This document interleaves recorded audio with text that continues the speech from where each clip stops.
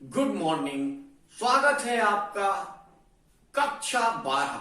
आज हम लोग पढ़ रहे हैं जीव विज्ञान।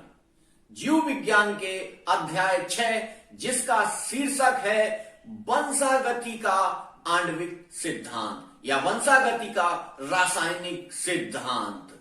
इसका एक वीडियो हम पहले बना चुके हैं। जिन लोगों ने वो नहीं देखा है तो प्लेलिस्ट में जाकर प्लीज उसको देख लीजिए। चलिए, कल हम लोग वहां सिद्ध करने का प्रयास कर रहे थे या वैज्ञानिकों के द्वारा क्रमशः इसको सिद्ध किया जा रहा था कि आनुवांशिक पदार्थ डीएनए है या न्यूक्लिक अम्ल है। इसी श्रेणी में हमने पहले देखा था ग्रिफिथ का रूपांतरण सिद्धांत। ग्रिफिथ के रूपांतरण सिद्धांत में यह तो सिद्ध हो गया था कि आर स्ट्रेन और एस स्ट्रेन बैक्टीरिया के माध्यम से उन्होंने यह तो बता दिया था कि निश्चित तौर से कोई एक पदार्थ है जो पीढ़ी दर पीढ़ी एक दूसरे में पहुंच रहा है, अपनी संततियों में पहुंच रहा है और जिसके माध्यम से निश्चित तौर से वंशानुक्रम के लक्षण एक पीढ़ी से दूसरी पीढ़ी में पहुंच रहे हैं, लेकिन वो ये नहीं बता पाए कि ये पदार्थ कौन सा है। ग्रिफिथ के ही प्रयोगों को बाद में 3 वैज्ञानिकों ने अध्ययन किया और अध्ययन करने के पश्चात उन्होंने ये डिसाइड किया, ये निर्धारित किया और ये बताया कि नहीं, डीएनए ही आनुवांशिक लक्षणों को आगे ले जाने का कारक है, प्रोटीन कारक नहीं है। लगातार विवाद यही चल रहा था कि प्रोटीन उसको आगे ले जाती है आनुवांशिक लक्षणों को या डीएनए या न्यूक्लिक अम्ल उनको आगे ले जाता है। इस स्थिति में ये 3 वैज्ञानिक जिनका नाम क्या था, एवेरी, मैक्लॉयड और मैककार्टी, इन 3 वैज्ञानिकों ने मिलकर उसी प्रयोग को पुनः दोहराया। कौन सा प्रयोग था? मैंने आपको बताया था कि वो जो डिप्लोकोकस न्यूमोनी का जब उन्होंने अध्ययन किया था तो उसमें उन्हें 2 विभेद मिले थे, एक उग्र विभेद और एक अनुग्र विभेद। तो जो उग्र विभेद था जिससे उन्हें एस स्ट्रेन बैक्टीरिया मिला था, दूसरा था आर स्ट्रेन बैक्टीरिया। इसको हम विस्तार से पहले समझा चुके हैं, इसको ज्यादा नहीं बताएंगे। तो एस स्ट्रेन बैक्टीरिया और आर स्ट्रेन बैक्टीरिया में एस स्ट्रेन बैक्टीरिया वो था जो निमोनिया का रोग उत्पन्न करने में सक्षम था, लेकिन आर स्ट्रेन बैक्टीरिया रोग उत्पन्न करने में सक्षम नहीं था। वहां पर उन्होंने प्रयोग चूहों के ऊपर किया था, लेकिन इन 3 वैज्ञानिकों ने अपना प्रयोग कहां किया? कांच के बर्तनों में किया। कांच के बर्तनों के माध्यम से उन्होंने जानने का प्रयास किया। सबसे पहले तो उन्होंने क्या किया? इस एस स्ट्रेन बैक्टीरिया के 3 भागों को अलग कर दिया, 3 भागों को क्रमशः अलग किया। सबसे पहले उन्होंने किसको अलग किया? प्रोटीन को अलग किया। फिर उन्होंने किसको अलग किया? कार्बोहाइड्रेट को अलग किया। फिर उन्होंने क्या किया? डीएनए को अलग किया। अब प्रोटीन अलग हो गया, कार्बोहाइड्रेट अलग हो गया और डीएनए अलग हो गया। इन सबको अलग अलग कांच के बर्तनों में उन्होंने रखा और कांच के बर्तनों में उन्होंने उसमें आर स्ट्रेन बैक्टीरिया को भी रखा।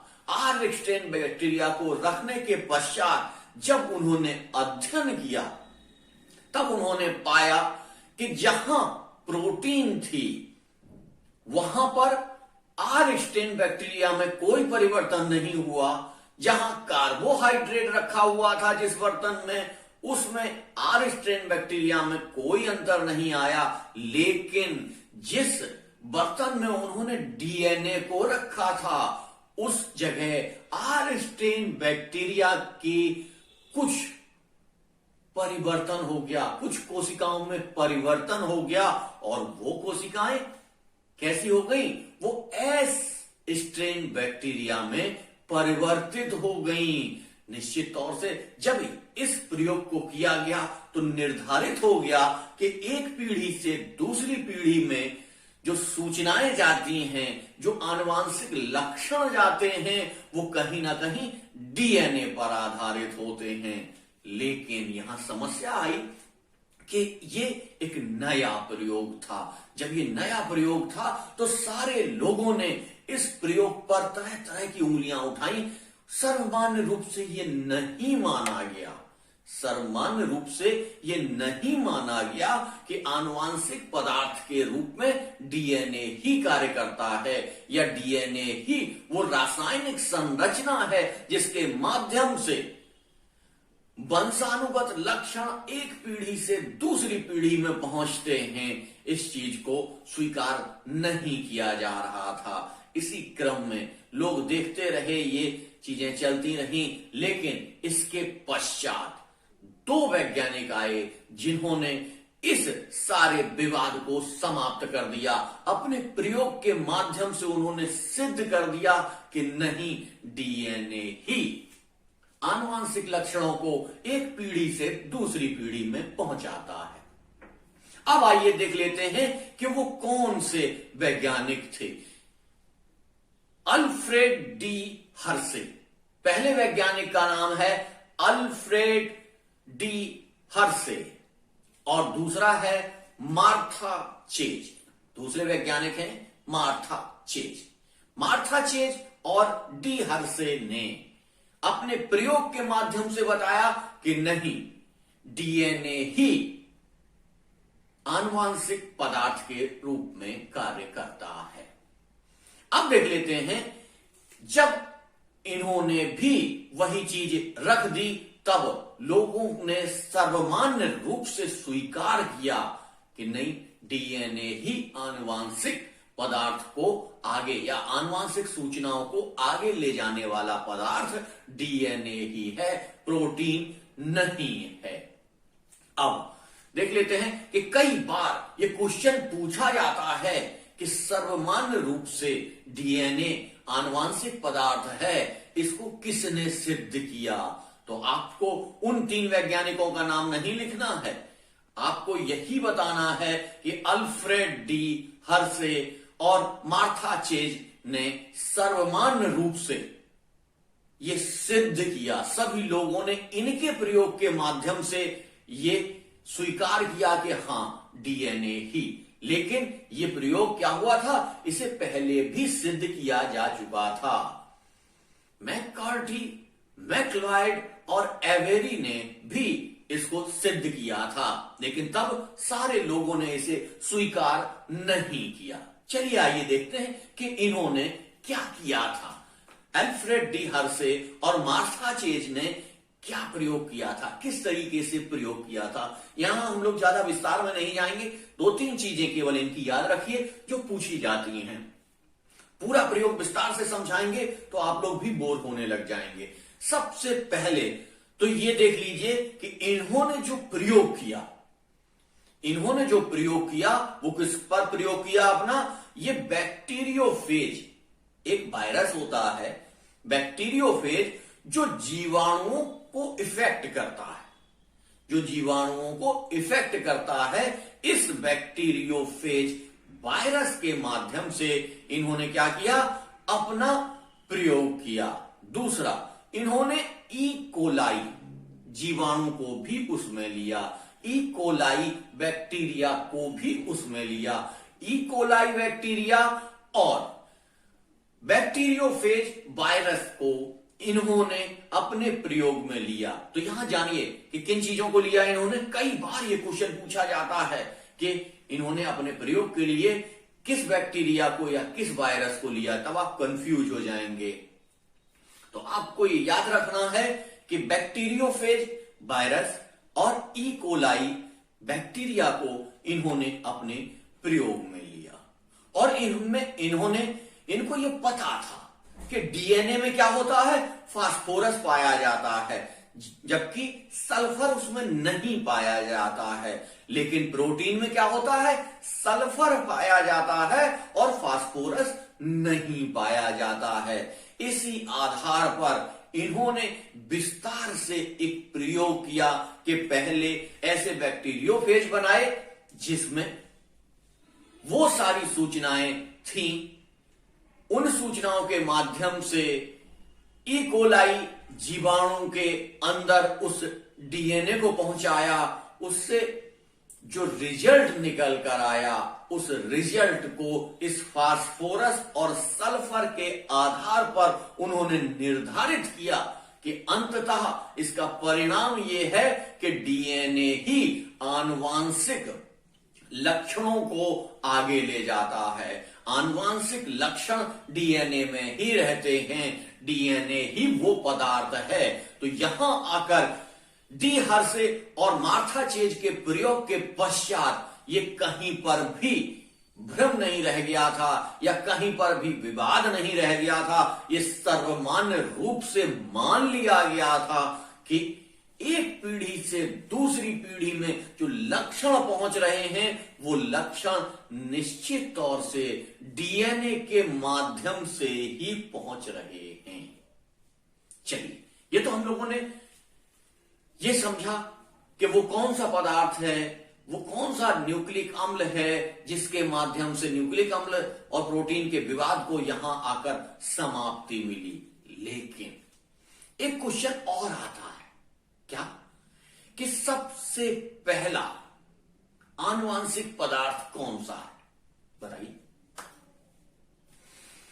अब आप कहेंगे कि अभी तो आप सिद्ध कर रहे थे डीएनए, डीएनए ही होता तो उसको हम क्यों बताने आ जाते यहां दोबारा।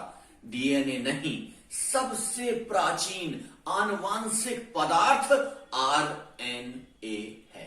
कौन सा है, राइबो न्यूक्लिक अम्ल, जिसको हम कहते हैं राइबो न्यूक्लिक अम्ल, उसे वो सबसे प्राचीन आनुवांशिक पदार्थ है।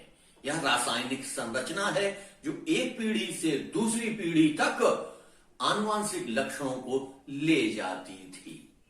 अब यहां समस्या आती है कि जब आरएनए था तो फिर डीएनए क्यों बना? अगर डीएनए है तो आरएनए कहां चला गया? ये सारी समस्याएं बहुत विस्तृत हैं, लेकिन इनको थोड़ा सा समझ लीजिए, थोड़ा सा जान लीजिए कि प्राचीन काल में या प्रारंभिक स्तर पर आनुवांशिक पदार्थ या प्रथम आनुवांशिक पदार्थ के रूप में हम किसको जानते हैं? आरएनए को जानते हैं। कई बार क्वेश्चन पूछा गया है कि प्रथम आनुवांशिक पदार्थ कौन सा है, तब हम डीएनए नहीं लिखेंगे, तब हम किसको लिखेंगे? आरएनए को लिखेंगे। आरएनए प्रथम आनुवांशिक पदार्थ है। अब आरएनए से डीएनए में कैसे परिवर्तन हो गया, कैसे डीएनए बन गया, तो इसको हम लोग देख लेते हैं कि आरएनए में रासायनिक परिवर्तन, बहुत सारे रासायनिक परिवर्तन हुए जिनके फलस्वरूप डीएनए बना और इसके पश्चात डीएनए ही वो पदार्थ हो गया जो आनुवांशिक लक्षणों को एक पीढ़ी से दूसरी पीढ़ी में पहुंचाने लगा। बहुत सारे विषाणुओं में, हमने पिछले लेक्चर में भी ये बताया था कि बहुत सारे विषाणु ऐसे हैं जिनमें आनुवांशिक पदार्थ का कार्य डीएनए नहीं करता है बल्कि आरएनए करता है। कौन कौन से हैं वो? प्लेलिस्ट कमेंट सेक्शन में जाके इसको बताइए। चलिए मैं ही बता देता हूं। वो है HIV virus, TMV virus, influenza virus, polio myelitis virus, encephalitis virus इत्यादि। ये सारे वायरस ऐसे हैं जिनमें आनुवांशिक पदार्थ का कार्य डीएनए नहीं करता है बल्कि कौन करता है? आरएनए करता है। आरएनए के माध्यम से ये सारी चीजें होती हैं। इसके अतिरिक्त डीएनए कहां पर अनुपस्थित रहता है, कहां पर आरएनए आनुवांशिक लक्षणों का संवहन करता है या आगे बढ़ाता है, वो कौन कौन सी चीजें हैं? तो उनमें सबसे पहले समझ लीजिए कि पौधों के अधिकांश विषाणुओं में जो पौधे होते हैं उन पौधों के जो अधिकांश विषाणु हैं, उन अधिकांश विषाणुओं में आरएनए ही आनुवांशिक लक्षण होता है या आनुवांशिक लक्षणों को आगे ले जाने वाला तंत्र होता है। वो रासायनिक क्रिया कराने वाला या वो रासायनिक प्रोसेस जो होता है वो करने वाला आरएनए ही होता है। तो पहली चीज मानवों में, मतलब जो वायरस हैं जीवों के या मानवों के, उनमें भी होता है, उनका नाम हमने आपको बता दिया है। दूसरे, पौधों के अधिकांश जो विषाणु हैं उनमें आरएनए होता है। और इसके अतिरिक्त इसमें जीवाणु भोजियों यानी कि बैक्टीरियोफेज, कौन से जीवाणु भोजियों, हिंदी में जिनको जीवाणु भोजियों कहते हैं उनको इंग्लिश में बैक्टीरियोफेज कहते हैं। बैक्टीरियोफेज अभी हमने आपको समझाया था, ठीक है। तो बैक्टीरियोफेज में भी आरएनए ही क्या करता है, आनुवांशिक लक्षणों को आगे बढ़ाने का कार्य करता है। कौन कौन से बैक्टीरियोफेज में ये होता है, इसमें आप समझ लीजिए। इसमें I2, MS2, R17 आदि बहुत सारे ऐसे हैं जिनके नाम यहां पर बहुत ज्यादा नहीं गिनवाए जा सकते हैं।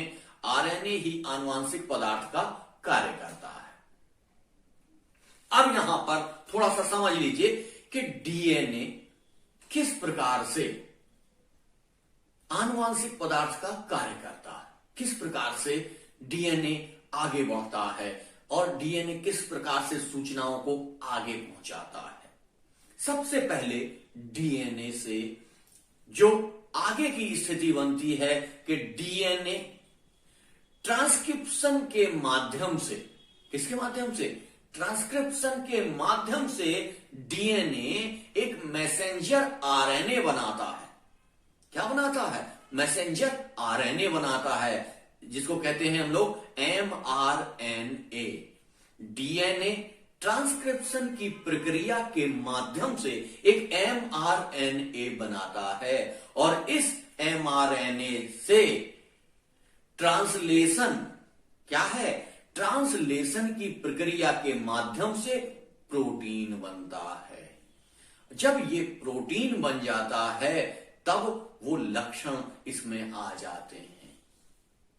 जैसे आप देख लीजिए, वंशानुगत बहुत सारे रोग ऐसे होते हैं कि यदि डीएनए ने वो सूचना एमआरएनए को नहीं दी तो एमआरएनए आगे जाकर वो चीज नहीं बना पाता है।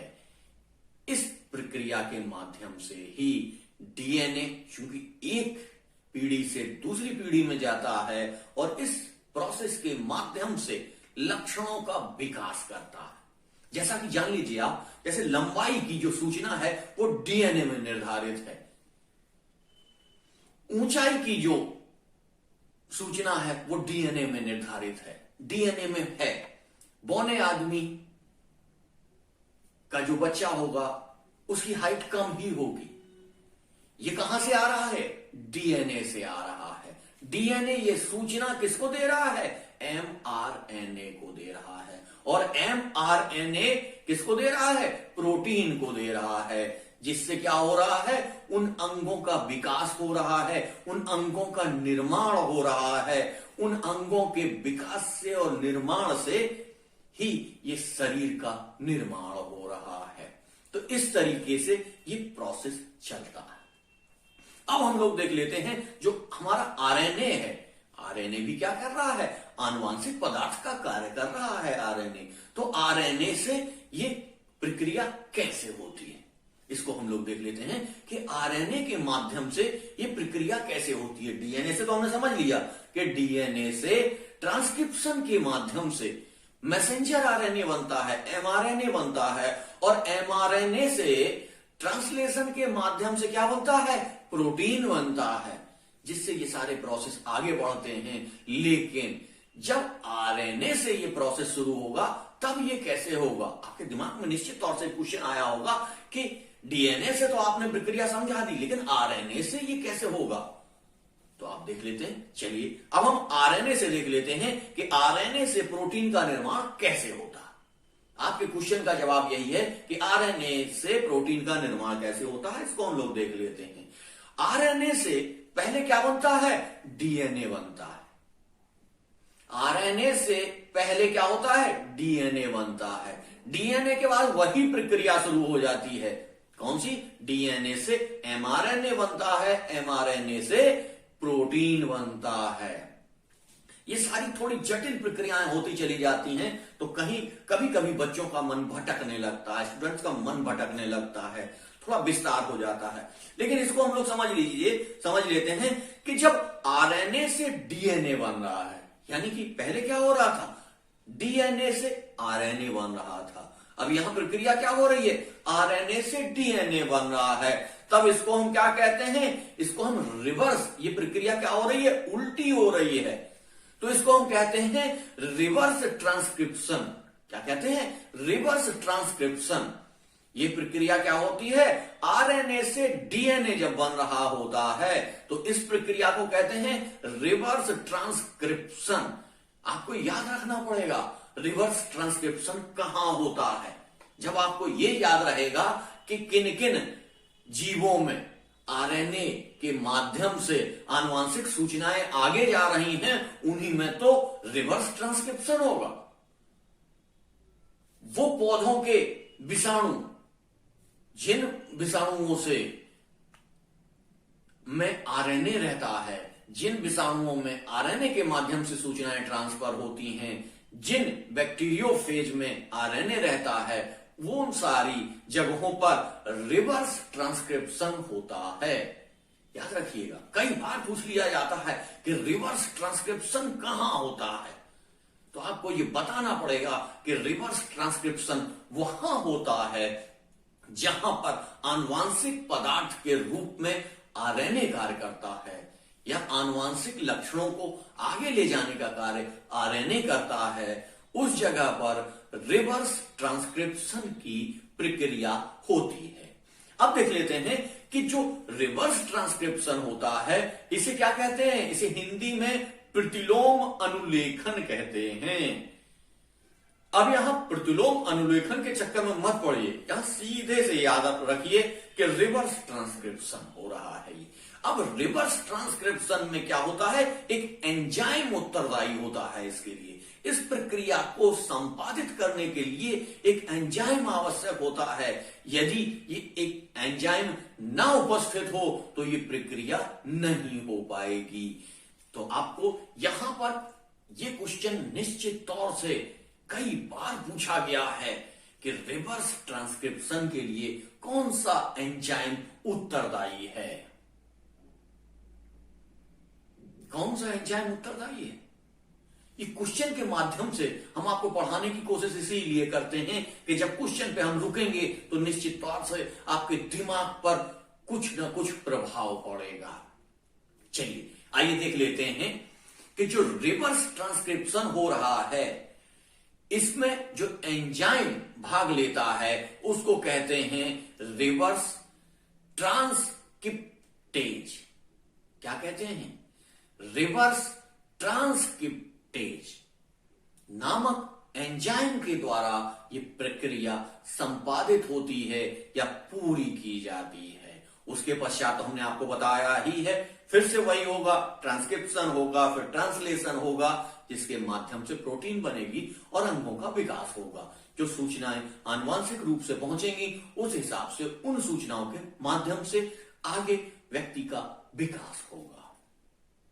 चलिए, टॉपिक ज्यादा लंबा ना हो, आपको पढ़ने में ज्यादा समस्याएं ना हो, इसलिए हम टॉपिक को छोटा कर देते हैं, थोड़ा सा कम रखते हैं, जिससे आपको ज्यादा समस्याएं ना आए, जीव विज्ञान आपके लिए एकदम आसान हो जाए। इस आसान को करने के लिए ही मैं यहां खड़ा हुआ हूं।